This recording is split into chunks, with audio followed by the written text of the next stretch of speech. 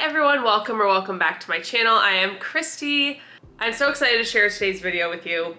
If you're new here, I'm predominantly a travel type channel, but I am sprinkling in some other things that I love. Travel is my main passion, but I also love to read. Your girl loves a good book. So today's video, I'm actually going to share with you guys the books that I have read so far this year. And I think this will be kind of an ongoing series throughout the year where every few months I will check in quarterly, if you will. So these will be the books that I have read January through March. And let me tell you, pretty impressed with myself. I am pretty impressed by how many books I've read. At least I was until I saw somebody on YouTube or Instagram saying they've read like 26 books so far this year. I was like, oh, okay. I was pretty proud of my 8, but okay, 26, that's cool. That's cool. But anyway, I'm excited to share these with you guys, excited to give you some of my thoughts, give you some really good recommendations because I loved some of the books that I've read so far this year. If you haven't subscribed to my channel yet, please do so below. It really does help me out. I just reached 1,000 subscribers, so come on and join the party. I don't like that. Oh, if you have any book recommendations for me, please leave them in the comments. I love to read the comments that I get on my videos, and I love getting book recommendations, so please let me know. I was gonna sneeze. My allergies are atrocious, so if I sound stuffy, that's why. Okay, that is enough. We're done with the beginning part of this video. We're moving on. Okay, so the books that I've read this year. One thing about my reading habits is that I love thriller/mysteries. That's my favorite genre of book. I love a good thriller, love a good mystery, but I try not to have that be the only genre that I'm reading. So usually what I do is I will read a mystery or thriller and then read a book of a different genre, then read a mystery or thriller. And what that also does for me is that I can like power read a mystery. Like if it is a good thriller or mystery, I read that, no time at all. Fly right through it. Other genres can take me a little bit longer, especially if it's nonfiction, which is typically not my favorite. But I do like to challenge myself and read things that are outside of my usual comfort zone, I guess you would say. But yes, so that is why you'll probably see that theme in the books that I am about to show you. So I do have my Goodreads pulled up on here. Oh my gosh, I will link my Goodreads in the description if you guys want to be friends on there. I love having friends on Goodreads. I only have like 3, but I like every update they put on there, and I love when people like my updates. So I just think it's really fun. I also love having my little like reading challenge for the year. Love that. So if you're on Goodreads, please friend me on there. I will friend you back if that's how it works. Anyway, I have this pulled up so I can share with you my reviews of each book because of course I did review every book. So first book that I read this year was Aunti, Poldi and the Sicilian Lions by Mario Giordano. I have some thoughts about this book, but I'll give you a brief summary first. So basically this book is a series about an older woman named Aunti Poldi who retires to Sicily and finds herself in a bunch of different mysteries. Her dad was a detective, so she loves to solve crimes, loves to solve mysteries. And I thought I would like this book for a few different reasons. 1, love a female protagonist. 2, love a lighthearted mystery. 3, it takes place in Italy. So, I mean, love a little escapism. So the main mystery in this book, which this is not spoiling it because it's literally on the back, is that there's a young handyman in Aunti Poldi's town who helps her with her house. He goes missing and is then found murdered. Since Aunti Poldi knows him, she obviously wants to find out what happened to him, and that is how the mystery begins, and she investigates what happens to him. So, I rated this book on Goodreads a 3 out of 5. This just didn't grab me. I think that was the main problem with it. It didn't grab my attention. I feel like there wasn't an element in this that really grabbed hold of my attention and really pushed me through to the end. I was kind of forcing myself to read it to the end, basically just out of sheer stubbornness because I hate not finishing books. And it was like I was enjoying it fine enough, but I don't know. It just didn't really do it for me, especially when there's so many good mystery thrillers out there. I just found it to be a little bit boring. Boring enough that I'm actually not going to read anymore in the series, which is really rare for me. Usually I love a good series. So this was definitely a 3 out of 5. I think that what it does well is the Italian imagery. It's so fun to read the different descriptions of where she lives in Italy, some of the historical aspects of Italy. I did really like that in this book. I love a little older woman romance. I love that Aunti Poldi is like sassy and feisty and 60 and thriving and getting a hot man. I love that energy. So I thought that was really fun in this, but overall, this is definitely very middle of the road for me. Will not continue the series. It was fine. The next book that I read in January was Malibu Rising by Taylor Jenkins Reid. I actually don't have this book anymore, so I'll have to put a picture up. My sister let me borrow this book and I gave it back to her. And I loved this book. I thought it was so good. I have so much to say about it. Okay, this is a very good summary of the book. I just don't want to reveal anything and give away any spoilers. So Malibu Rising is the story of the Riva family, surfer siblings Nina, Jay, Hud, and Kit, as well as their mother June and their father, the famous singer Mick Riva. It takes place over the 24 hours leading up to Nina Riva's famous Riva party, but it is also a culmination of generations of secrets and traumas. You guys, this book was so good. I loved it so much. This book just really, I just loved it. It is definitely a story of family. It is a story of basically how Mick Riva, their dad, who is a famous singer, how their parents met, their relationship, how their family unfolded, the drama in their family, the trauma in their family, the present day narration of Nina's story and her siblings. It takes place in the 80s in Malibu. So like, again, what more could you want? The 80s in Malibu, like, sign me up. So that's really fun because their parents are meeting in like the 50s, 60s. So it is really cool to have that kind of like timeline jump, and also for it to be a story that takes place in a different time period, and a really like fun vintagey one at that. I loved the characters in this book, except for one. You'll all know, if you read the book, who we hate vehemently. Is that how you say that? We hate him. We hate him. But I love the character of Nina. Nina's definitely like the main character in the story, I would say, and I love her so much. I love this book. There's not enough I can say about it. So it really is just kind of a family story, and it's the story of their lives, and I really, really enjoyed reading this. I gave this a 4 out of 5. Would absolutely recommend anybody to read this. It's so good. I think my sister told me that they are making a Hulu show about it. Lucy, what's up, girl? They're making a Hulu show of, I think it's a Hulu show or a little mini series of Malibu Rising. I cannot wait. I'm very nervous to see who they cast, but oh my gosh, it is so good. You guys should absolutely read Malibu Rising if you haven't yet. The first book that I read in February was The Big Sleep by Raymond Chandler. This is a vintage mystery. My brother actually got this for me for my birthday because he really enjoyed it. He knows I love a good mystery. This book came out in 1939. That is a vintage mystery. So I was really excited to read this because my brother knows what I like to read, and I know if he liked it that I would probably like it, and spoiler alert, I loved it.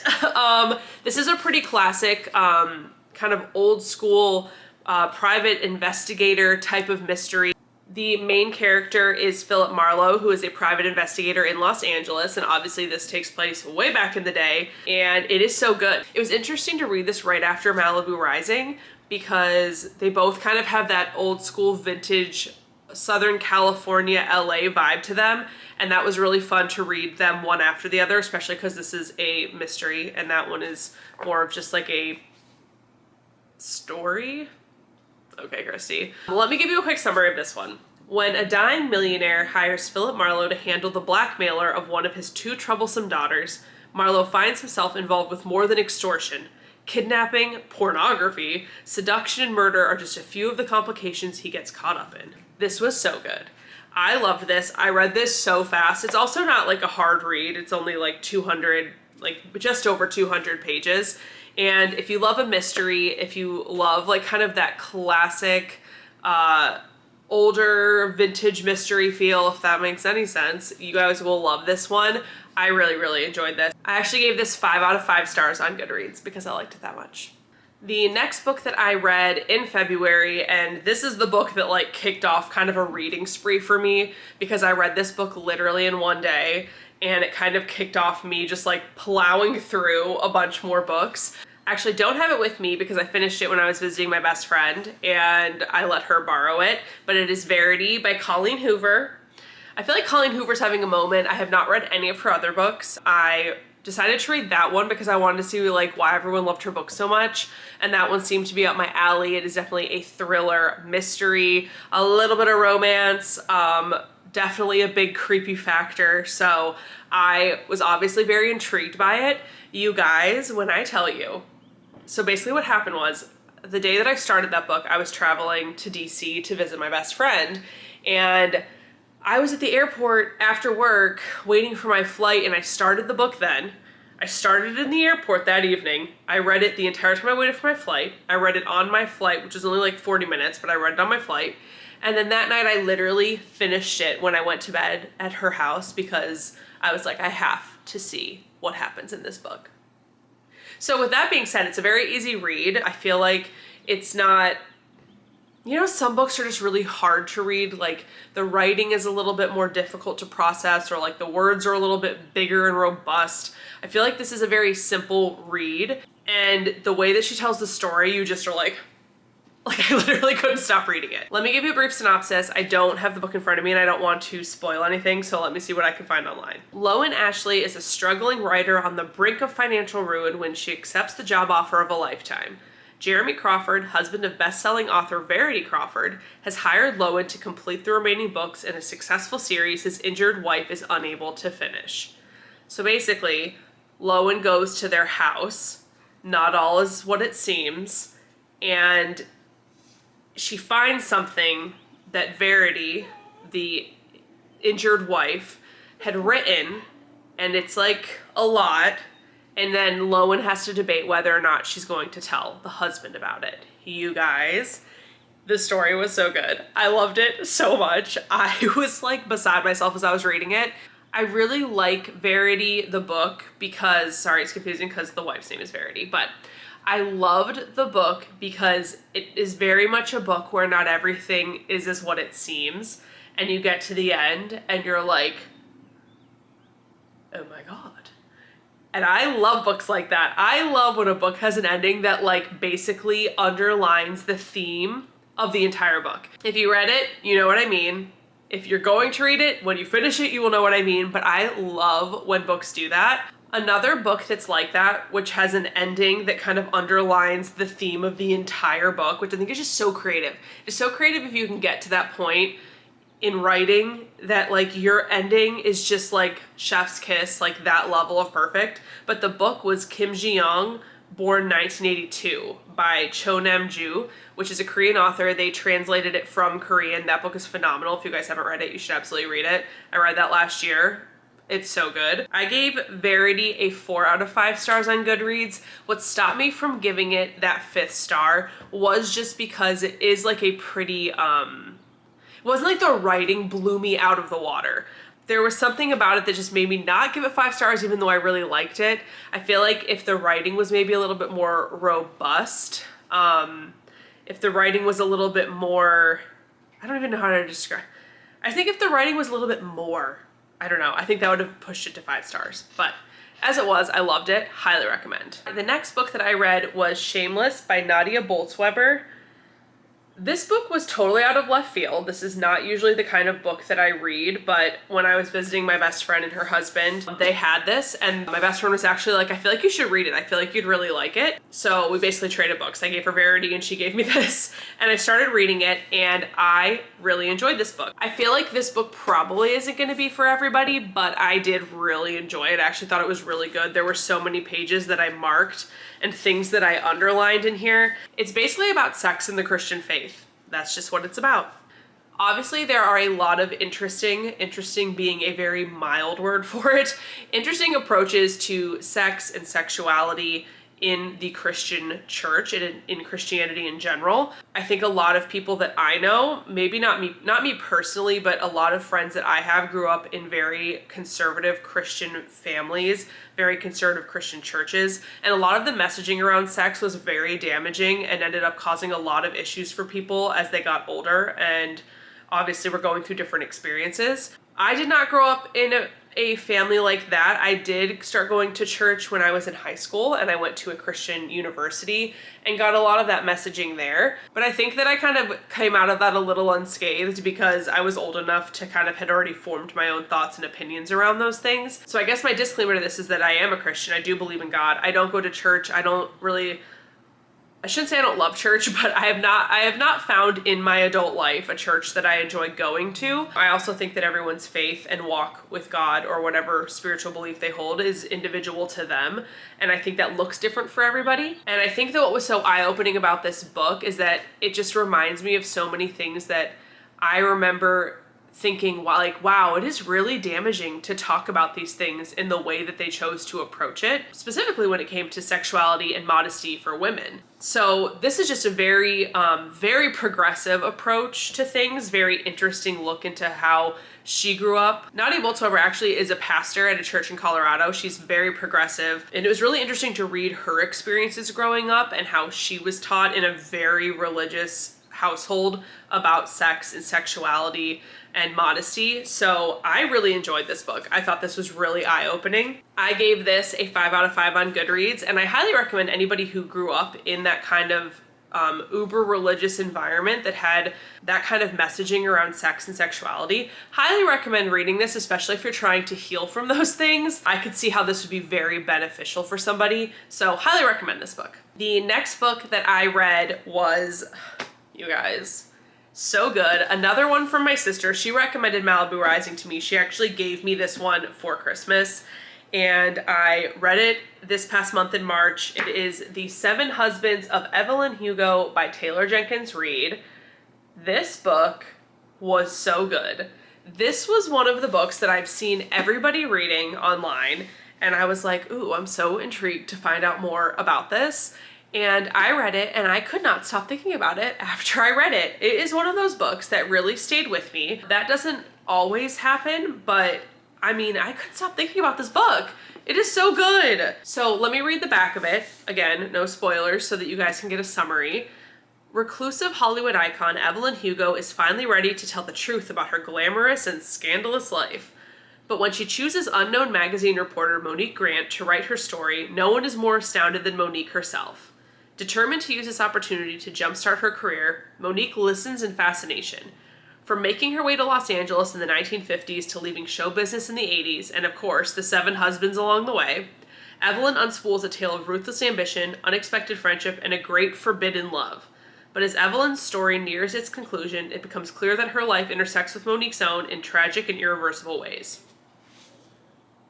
You guys, this book was so good. It was so good. I think that one thing I loved about it is I loved how this really shines a light on what it's like to be in Hollywood. I know this is a fiction book, but I think that we all know that, like, at this, especially now with how, like, consistently we are getting messaging from celebrities in Hollywood, I think that we know that a lot of things are PR, a lot of things are marketing. I mean, when I saw that Pete Davidson and Kim Kardashian were dating, I was like, is this real? Or is this a PR stunt? A little bit of both? Who knows? But I know enough now and have learned enough and read enough that a shocking number of relationships are fake. And a lot of this stuff is like for publicity. And obviously it's like, duh, Christy, but sometimes you just don't think about it. It's like the same kind of thing when I'm on Instagram and I forget that most people are like filtering and photoshopping their pictures. You don't think about it, but they are. And I think the same thing in Hollywood. I just forget that everything is like a PR move. So that was fascinating in this book to kind of get insight into like how people get famous, insight into how like you get more publicity in Hollywood. This was fascinating in that way. The love story in this book, you guys, never get over it. I'm not going to talk about it because you need to read the book and see. I will never get over it for as long as I live. For all of my days, this love story staying with me. It's so good. It is so good. The format of this book is very interesting because the majority of it is told in the past. So a lot of it is Evelyn telling her story, and you're kind of living through Evelyn's life in the past, like starting at the beginning to current day. There are obviously some chapters and moments where it's present time, where Monique, the journalist, is interviewing Evelyn, or you're getting to know Monique more and her story more, but it is predominantly told in the past about Evelyn's life and kind of how it progresses. I saw a couple of people on Instagram say that they didn't love that about the book, that they didn't love that so much of the story is really just a storytelling of Evelyn's life. But I actually didn't mind that at all. I actually really liked that. So again, that's probably just varies person to person. I gave this book 5 out of 5 stars on Goodreads because I loved it. I loved it. My sister and I discussed it for so long after I finished it, and I'm still thinking about it. I want everyone to read it. It's so good. It is a very hefty book though. It is pretty long. I don't mind that, obviously. Love a long book. So it's about 385 pages and the font is small. So it does like take a while to read, and I'm a pretty fast reader, but I absolutely love this book, you guys. 5 out of 5 stars. I absolutely recommend. I loved it so much. This next book is a total 360 from the last book and the previous book. The next book that I read, okay, we'll talk about it. The next book that I read was The Butterfly Garden by Dot Hutchison. You guys, this book was so good, but it was dark as hell. Like, this book is so dark. It is so good though. It is so good, but it's a lot. It's a lot. So I'm gonna go ahead and put the disclaimer on that right now. I don't even know like how this book came into my possession. I mean, I do. I know that I bought it at a bookstore. I think I bought it at a local bookstore in Chicago, maybe. But I think, you know how in a bookstore they have like the staff picks up on the shelves? I think somebody had this up as a staff pick, and after I read the back, I was like, well, I gotta read that. So let me share the summary with you, and then we'll dive in a little bit more. So, The Butterfly Garden. Near an isolated mansion lies a beautiful garden. In this garden grows luscious flowers, shady trees, and a collection of precious butterflies. Young women who have been kidnapped and intricately tattooed to resemble their namesakes. Overseeing it all is the gardener, a brutal, twisted man obsessed with capturing and preserving his lovely specimens. When the garden is discovered, a survivor is brought in for questioning. FBI agents Victor Hanoverian and Brandon Edison are tasked with piecing together one of the most stomach-churning cases of their careers. But the girl, known only as Maya, proves to be a puzzle herself. As her story twists and turns, slowly shedding light on life in the butterfly garden, Maya reveals old grudges, new saviors, and horrific tales of a man who'd go to any length to hold beauty captive. But the more she shares, the more the agents have to wonder what she's still hiding. Obviously, I had to read this. That sounds so good! And the thing is that it was so good. It was so good. The mystery, was very good. The mystery unraveled very slowly. The characters were very fascinating. I think that the thing is, though, is that it is so dark. It is so dark. It is dark to the point that I literally wasn't sleeping well because I was reading this. Did I still finish it? Yes, I did. I absolutely did. But I did not sleep well while I was reading it. It just was really dark. I mean, the content of it is very dark. It's very twisted. It's very depressing. Because we know that people out there like this, like the gardener, exist.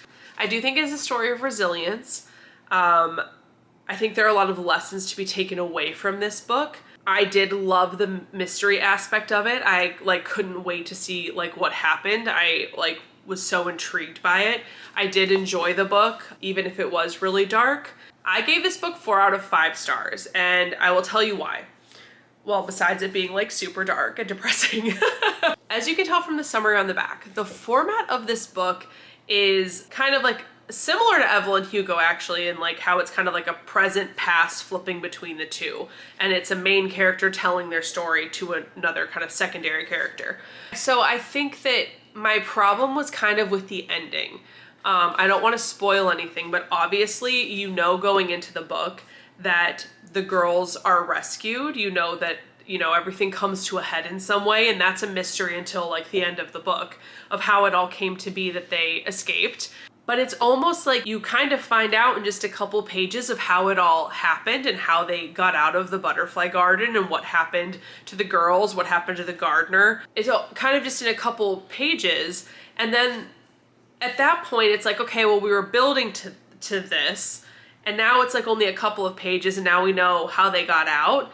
And then there's no real like resolution at the end. Like it almost would have been nice to have, I mean, some sort of epilogue that kind of like might give a little more insight into what Maya is doing now, where Maya is now, how is Maya. Like there were kind of some things that foreshadowed how she's doing, and I do think that there is potentially a second book in this series, but I'm pretty sure that it's not about like the girls from the Butterfly Garden. I think it's about these like FBI agents. So maybe I just don't know. Maybe in the second book, maybe they do touch on what happened to Maya and all of the girls from the garden, and maybe I just don't know that. But I do think for this, if this is like a standalone in their story, with it continuing with the FBI agent focus, I think it would have just been a little more satisfying for the ending to have, I don't know, just kind of showing where she is now.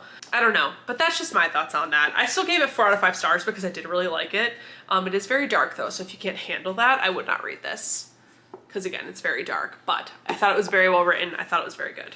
Okay, we are now on the last book that I read in March for a total of 8 books, January through the end of March. After reading The Butterfly Garden, which was so dark, I finished that when my sister and I were in Florida, and we still had a couple days left, so I was like, I am bringing something light with me.